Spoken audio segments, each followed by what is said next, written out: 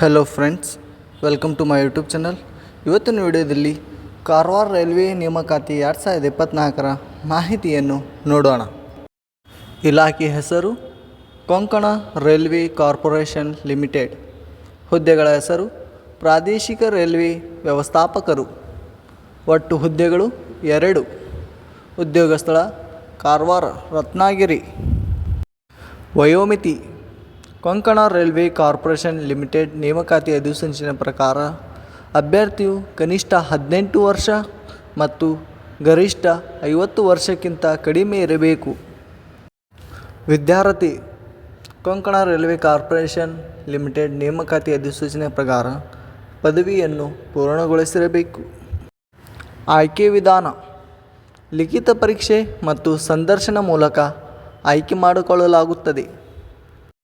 ಪ್ರಮುಖ ದಿನಾಂಕಗಳು: ಅರ್ಜಿ ಸಲ್ಲಿಸುವ ಪ್ರಾರಂಭ ದಿನಾಂಕ 29 ಏಪ್ರಿಲ್ 2024. ಅರ್ಜಿ ಸಲ್ಲಿಸುವ ಕೊನೆಯ ದಿನಾಂಕ 29 ಮೇ 2024.